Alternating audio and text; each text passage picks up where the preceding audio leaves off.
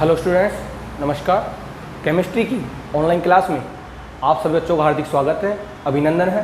मैं उम्मीद करता हूँ आप घर पे सुरक्षित होंगे, सेफ होंगे और पढ़ाई भी कर रहे होंगे। वैसे मैंने आपसे कहा है कि आपको टेंशन लेने की बिल्कुल आवश्यकता नहीं है। अभी आपका बिल्कुल बेसिक पार्ट चल रहा है, लेकिन आप इस चीज़ को थोड़ा सीरियस ले लेना कि ये जो पढ़ाया जा रहा है वो आपको आगे जाके काम में आने वाला है। तो आप इसको थोड़ा तरीके समझे और टाइम तो आपके पास प्रॉपर है, उसमें तो आपको कोई डाउट है ही नहीं। तो बिना बात किए अपने केमिस्ट्री के लेक्चर को हम आगे बढ़ाते हैं। अब से पहले जो मैंने बात की थी वो बात की थी मैटर के बारे में कि मैटर क्या है, कितने प्रकार का होता है, कि कैसे कैसे उसका वर्गीकरण किया, भले हो चाहे भौतिक वर्गीकरण हो चाहे रासायनिक वर्गीकरण हो। भौतिक वर्गीकरण के आधार पर हमने मैटर को 3 भागों में बांटा, ठोस अवस्था, द्रव अवस्था, गैस अवस्था। और रासायनिक वर्गीकरण के आधार पर आपने 2 भागों में बांटा, एक तो प्योर यानी शुद्ध पदार्थ और ये बताया था आपको मिश्रण। फिर प्योर को भी आपने 2 भागों में बांटा था, एक तो एलिमेंट जिसे हिंदी में बोलते हैं हम तत्व, और एक बढ़ाया था आपको कंपाउंड जिसे बोलते हैं हम यौगिक। मिश्रण को भी हमने 2 भागों में बांटा था, एक तो होमोजीनस मिक्सचर जिसे बोलते हैं हम समांगी मिश्रण, और एक बताया गया था आपको हेट्रोजीनस मिक्सचर, उसे बोलते हैं हम विषमांगी मिश्रण। ये बात मैं कर चुका था और इनके बारे में क्या क्या इनके गुण होते हैं, क्या क्या इनके टॉपिक हैं, वो मैंने डिस्कस कर लिए थे पिछले वाले लेक्चरों में। आज जो हम बात करने वाले थे वो बात करने वाले हैं रसायन में मापन। इसकी बात करने वाले हैं हम कि केमिस्ट्री के अंदर जो मेथड है, केमिस्ट्री के अंदर जो टूल है किसी भी चीज़ को नापने के या तोलने के, वे टूल कौन कौन से हैं और वो टूल हमको किस प्रकार यूज में लेने, वो चीज़ जाननी है हम। तो बात करेंगे हम रसायन में मापन की। बिल्कुल बेसिक से स्टार्ट करूंगा और उम्मीद करूंगा कि आपको वो जो पढ़ाया जाएगा रसायन में मापन वो बिल्कुल आसानी से समझ में आ जाएगा। और यहाँ से कुछ एक्सरसाइज वाला पार्ट भी आपका स्टार्ट हो जाएगा, क्योंकि कई विद्यार्थी सोच रहे होंगे सर आपने अभी तक हमको कुछ करने के लिए दिया ही नहीं। तो मैं आपको रसायन में मापन के बाद में कुछ क्वेश्चन दूंगा, उनका आपको आंसर देना है और मुझको सेंड करना है, ठीक है। तो बिना बात किए हम अपने टॉपिक को आगे बढ़ाते हैं। हम बात कर रहे हैं रसायन में मापन की। अब सुनो ध्यान से बात भाई, जब मापन की बात हो रही है तो पहले तो हमको ये समझना चाहिए कि हम मापन से कहना क्या चाहते हैं। तो मैं बताऊं आपको, आप जो रसायन में मापन की बात करते हो वो बात करते हो भौतिक राशि के मापन की। किसकी बात करते हो आप? भौतिक राशि के मापन की। आपको फिजिक्स के अंदर पहला चैप्टर पढ़ाया जा रहा होगा और उस चैप्टर में आपके पास भौतिक राशियाँ चल रही होंगी, चल रही है ना। जैसे मीटर हुआ, सेंटीमीटर हुआ, किलोग्राम हुआ, ग्राम हुआ, आयतन हुआ, बल हुआ, ये सब भौतिक राशियाँ हैं। अलग अलग प्रकार की भौतिक राशियाँ होती हैं, वो फिजिक्स में आप पढ़ रहे हो। तो मैं तो ये कहूँगा कि आप जो मापन की बात कर रहे हो वो भौतिक राशि के मापन की बात कर रहे हो। किसकी बात कर रहे हो? भौतिक राशि के मापन से। और एक बात मैं आपको जानकारी के लिए बता दूं, अगर आपके पास किसी भौतिक राशि का मापन तरीके से नहीं है तो आप उसके बारे में कुछ भी नहीं कह सकते। और कैसे नहीं कह सकते, अभी आपको बात समझ में आ जाएगी। तो पहली बात तो मैं ये कहूँगा कि भौतिक राशि का मापन किस प्रकार किया जाता है, क्या मतलब है इस भौतिक राशि के मापन से। तो सुनो ध्यान से, कोई भी जो भौतिक राशि होती है, पहले तो मैं ये कह दूंगा आपसे कि भौतिक राशि है क्या, मापन तो बात की बात है। पहले आप ये समझो भौतिक राशि होती क्या है। कोई भी जो भौतिक राशि होती है वो 2 भागों से मिलकर बनी होती है। सुना बात ध्यान से, कोई भी भौतिक जो राशि है वो 2 भागों से मिलकर बनी होती है। कौन कौन से 2 भाग है वो? एक तो भाग होता है उसका संख्यात्मक परिमाण, संख्यात्मक, थोड़ा हिंदी में टर्मिनोलॉजी थोड़ी अलग सी होती है, संख्यात्मक परिमाण। एक होता है उसके साथ इकाई, इंग्लिश में बात करूं इसे तो बोलते हैं हम यूनिट और इसे बोलते हैं हम न्यूमेरिक वैल्यू। 2 भाग होते हैं। सुना ध्यान से कि रसायन में अगर आप मापन की बात कर रहे हो तो आप भौतिक राशि के मापन की बात कर रहे हो। और भौतिक राशि क्या होती है कि वह राशि जिसमें एक तो अपने पास संख्यात्मक परिमाण, परिणाम नहीं है, परिमाण है।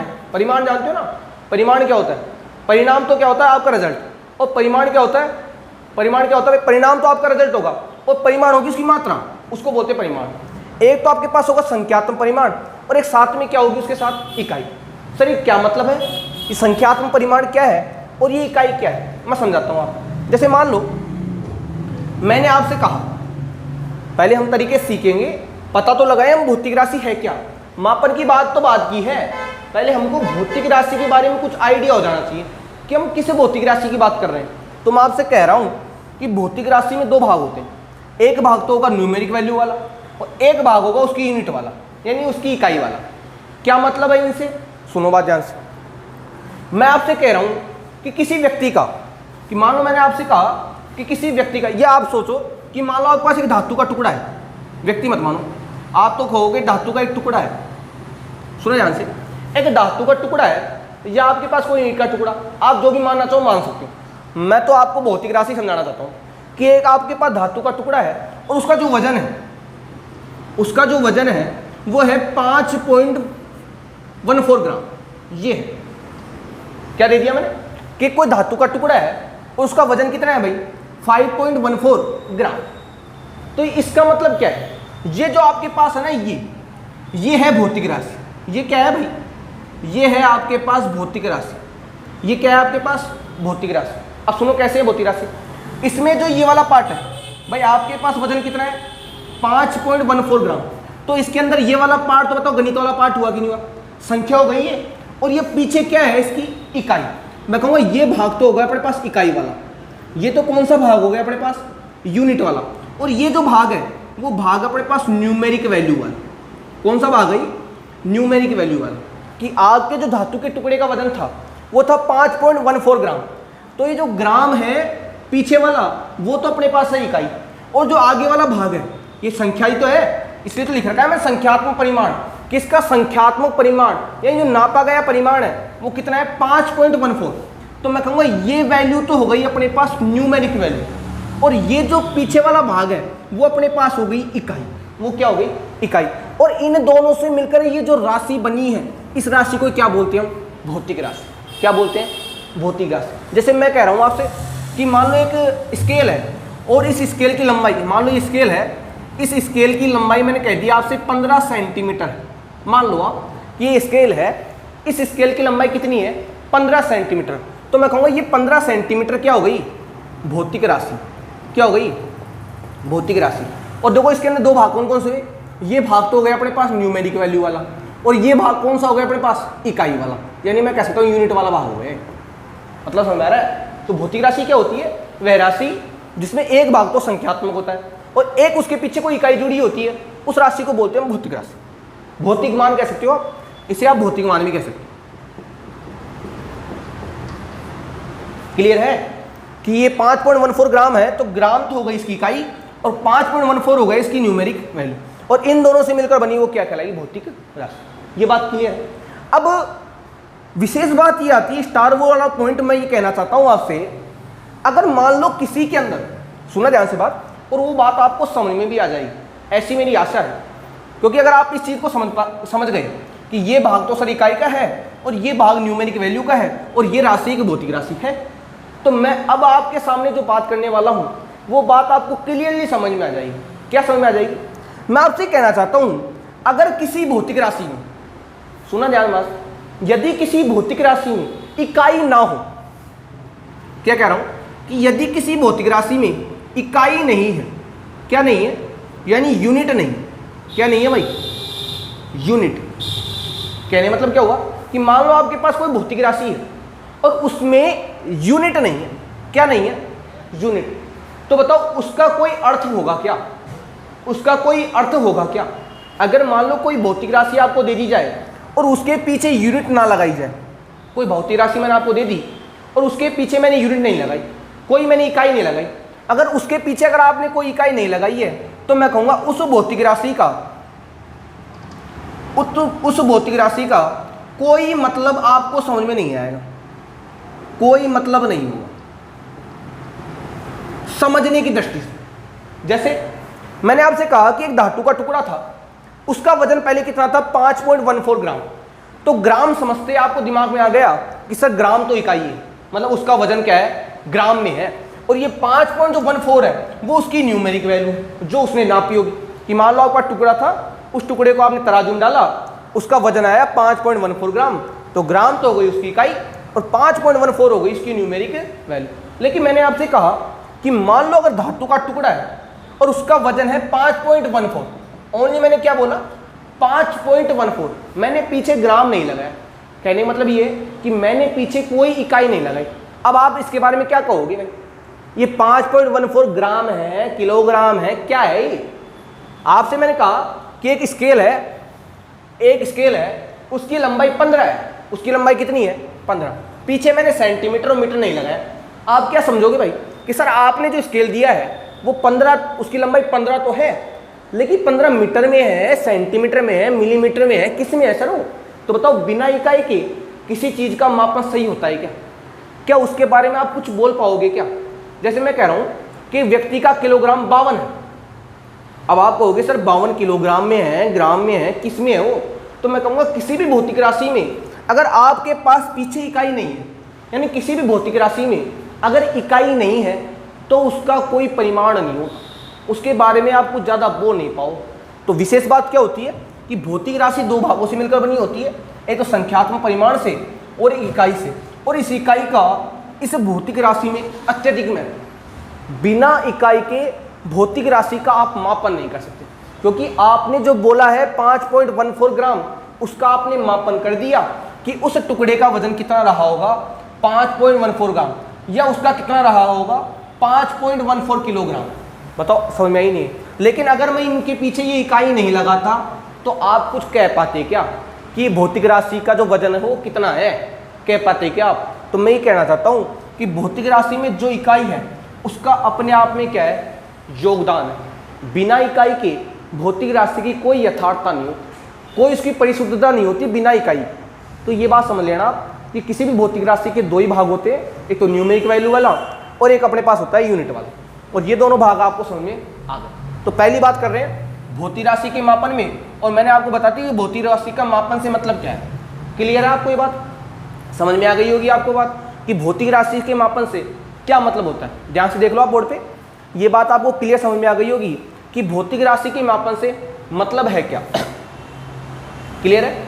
तो अपने आप में इकाई की, तो मैं कहूँगा भौतिक राशि के मापन के बारे में दो बातें कौन कौन सी होगी? एक तो ये बात होगी कि दो भागों से मिलकर बनी होती है, संख्यात्मक परिमाण से और इकाई से। और दूसरी बात हम ये कहेंगे कि अगर आपने किसी भी भौतिक राशि में अगर इकाई नहीं ली तो उसकी कोई यथार्थता नहीं होगी और उसके बारे में आप कुछ कह नहीं सकते। बात समझ में आ गई? आगे की बात करते हैं। रसायन में मापन की बात चल रही है, अब आगे की बात करते हैं हम। आगे क्या है?